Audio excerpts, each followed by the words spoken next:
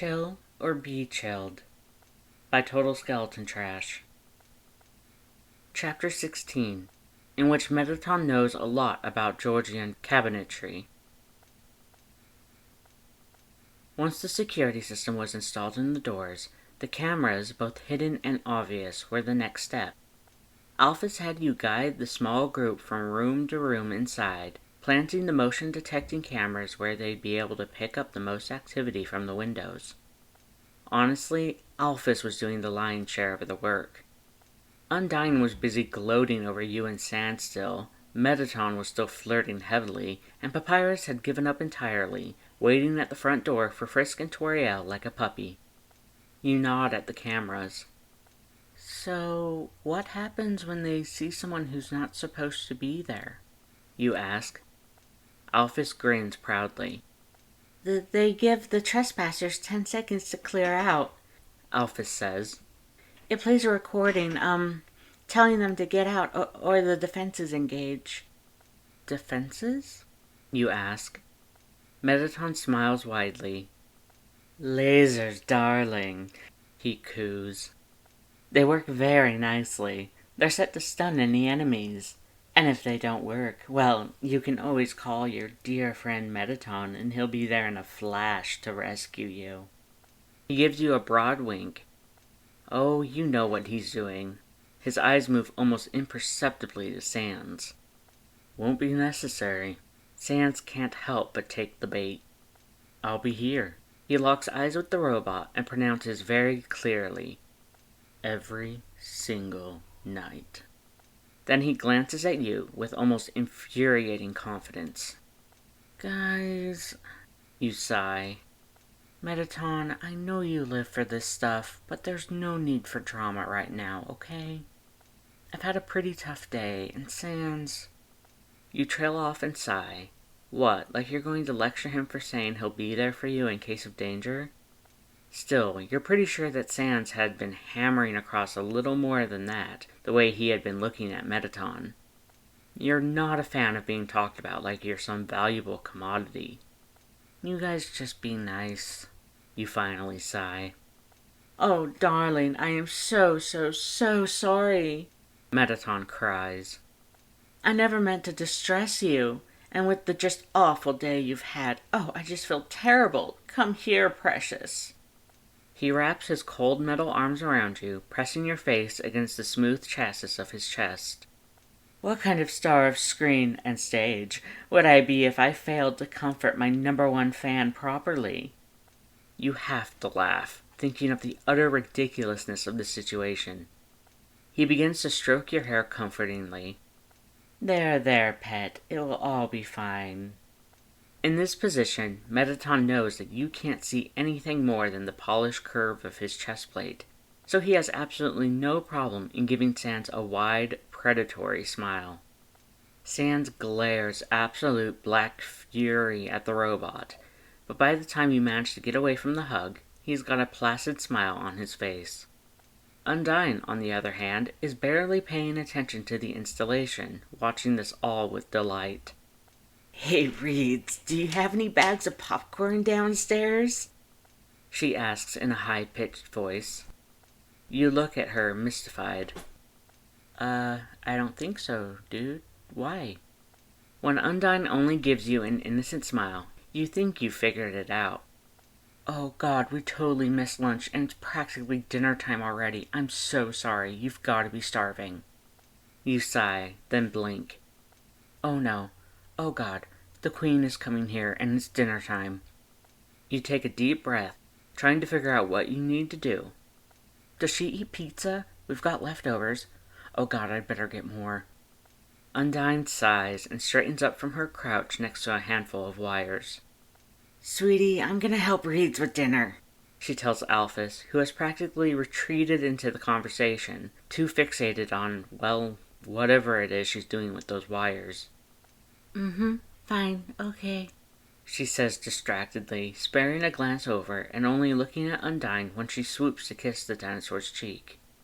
Sans, can you get me the round thing? Mettaton, I need those lenses. No, the big one first. It's funny, in this context, she doesn't stammer at all.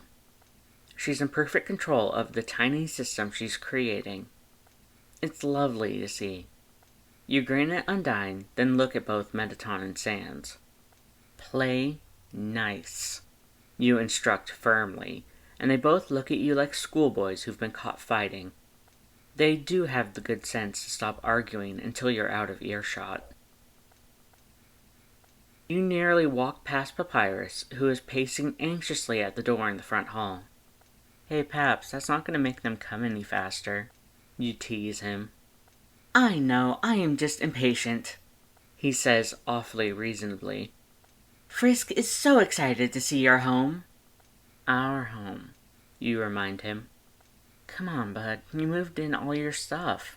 Alphys gave you that brand new key to the fancy new locks and everything, too. It's official. You can't have him thinking that he ever needs to go back to that awful slum. My home. Papyrus corrects himself and smiles at you. Oh, human, I'm very lucky to have impressed you so much that you feel you need to have me around, he says happily, then leans in close as if he's going to whisper to you. However, you don't need to kiss Sans to keep me here. I'm happy to stay. I know it must be awful for you. Dear God, that was in no way a whisper. Paps, my ears, you whimper, trying to ignore Undyne's raucous laughter. You feel like you do need to address this. You've suddenly inserted yourself into this family, and in spite of his huge size, you know that in many ways, Papyrus is quite young. You want to make sure that he's okay with all the changes. Don't worry, Papyrus, you say when the ringing in your ear stops, and the distressed skeleton stops trying to pet your ear to make it feel better. Your brother and I, Are you dating? Papyrus asks excitedly. I know all about dating. I can give you tips. Have you made the spaghetti yet? You look to Undyne for help, and are unsurprised by the obnoxious grin she gives you. Okay, no help from that valuable resource. Not just yet, Paps. Your brother's going to take me out tomorrow night, though, if that's okay. Well, you just sort of pulled tomorrow out of thin air when you were talking with Mettaton outside, but it had seemed that Sans was happy about it. Oh, good. I do need some time to work on my training, and Undyne can come over here then, especially since Sans will be out from under our noses. You squint at Undyne and mouth the word training. She gives you a helpless shrug. Sounds like a plan, Paps, she says, grinning up at the skeleton. You clear your throat. But, you're okay with all that? Papyrus does his best evil smile. If Sans has to go on a date with anyone, I'm glad it is you, human. When he is happy, his jokes improve slightly. Well, that's probably as good as you're going to get from Papyrus. Just then, the front doorbell finally rings, and Papyrus, who has been waiting for this moment, flings the door open. There in the doorway is Frisk, who immediately runs headlong to tackle Papyrus in a hug. There is also an 8-foot-tall white goat woman, her arms full with bags and boxes that are letting out a wonderful smell. She's got a bit of smudge of flour on the front of her purple sweater, and she's looking on the ground in confusion. You realize that an apple has fallen from one of the bags, and not really thinking about it, dart down to grab it for her. She gives you a relieved look when she sees you pop up with it. Oh, thank you. I do hope you haven't all eaten yet, she says. Oh, her voice is just beautiful. Undyne bounces over to grab the supply of food out of Toriel's arms. No way, Majesty, this is awesome, she says excitedly. Oh man, is that snail pie? Reeds, I'm gonna bring this into the room with the big table. She tears off, leaving you in the foyer with the Queen while Papyrus and Frisk chatter. Just a tiny one, the Queen says almost guiltily, then looks back at you. Oh goodness, we haven't even actually met yet, have we? She reaches out and takes your hand, clasping it between her own. You feel tiny suddenly. I am Toriel. I've heard so much about you from Frisk in the last few days that I feel like we're already close friends. she says, giving you a lovely, shy smile. Oh, hi. You stammer, then take a deep breath. I'm so sorry. I've just never met royalty before. And you're still trying to come to terms with everything else, like the fact that your favorite actor is upstairs, probably arguing with your boyfriend. Oof, there that title was again. Or that your best friend was comfortable enough with your house to know that the dining room could fit all of you without even asking. Toriel shakes her head. Please don't worry. Pretend you've never heard about that foolish title, she begs. Please, just think of me as Frisk's mom. You hesitate, then nod quickly. You can do that. Well, I'm so happy you're both here. Frisk has finally separated enough from Papyrus to tackle you in a hug too. Hey, Squirt. You laugh, making sure their face is turned up so they can see you. Frisk, manners. We don't just jump on our new friends, do we? Toriel says, flushing. Frisk hesitates, then smiles obnoxiously wide and nods that yes, we do just jump on our new friends. Toriel looks sternly at her child. Frisk sighs and runs their closed fists in a circle in the front of their chest, mouthing, sorry. You have to laugh. Oh, you wish you knew more signs. You'd have to sign up for an online class tonight. The kid hops back and begins signing quickly. Toriel smiles. Much better, she tells Frisk. Frisk would like to thank you for inviting us into your house, and to say how grateful they are that you've invited Uncle Papyrus and Uncle Sans to live with you here as well.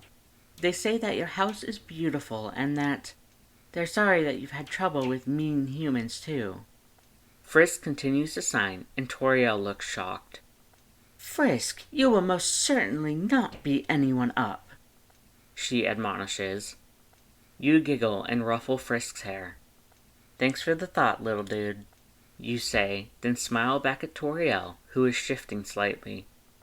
I, too, have to say how grateful I am, she begins. Sans would always make sure that we met up at my new home, and I know what the monster residences are like around here. You shake your head. Well, Sans wanted to stay and make sure that those vandals didn't come back anyway. I just gave them the extra kick out the door, you say. Hey Paps, why don't you show Frisk all your new rooms? Papyrus practically glows at the suggestion, and he grabs Frisk's hand, calling out, What a wonderful idea! As he tugs Frisk deeper into the house.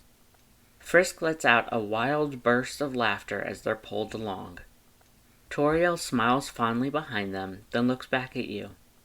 Oh gosh, where are my manners? Can I get you something to drink?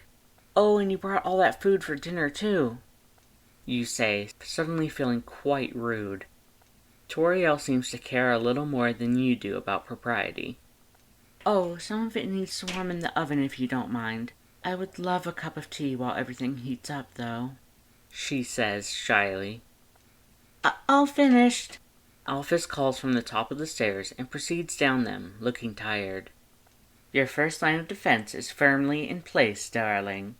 Mettaton and Sans appear around the corner after her. Oh, hello, your majesty. Hey, Tori, Sans says tightly, and seems to have to work very hard not to jostle Mettaton all the way down the stairs. When he reaches the bottom where you're standing, he immediately wraps his arm around your waist, leaning slightly against you. Toriel takes this all in, her smile growing warmer. Good. So is your face. Come on, guys, I was just going to make Toriel some tea. She was kind enough to bring dinner for us all, you say, smiling at your friends.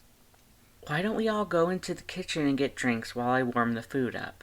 Thanks so much for all your hard work, by the way. It just means so, crazy much to me. It was fun, Alphys says immediately. Anything for you, beautiful. Mettaton sighs happily. Sans' hold on you grows a tiny bit tighter, but he smiles at you all the same.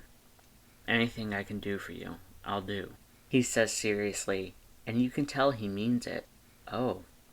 Thanks, you murmur, and then laugh. Come on, guys, let's go to the kitchen. I never even used this hall. Papyrus, Frisk, you call.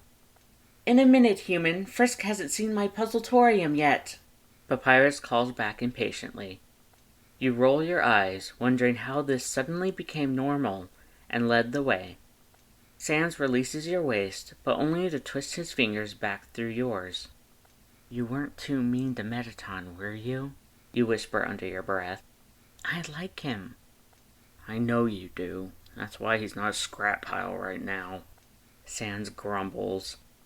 Well, I'm sure he had a good time torturing you. You sigh, still laughing.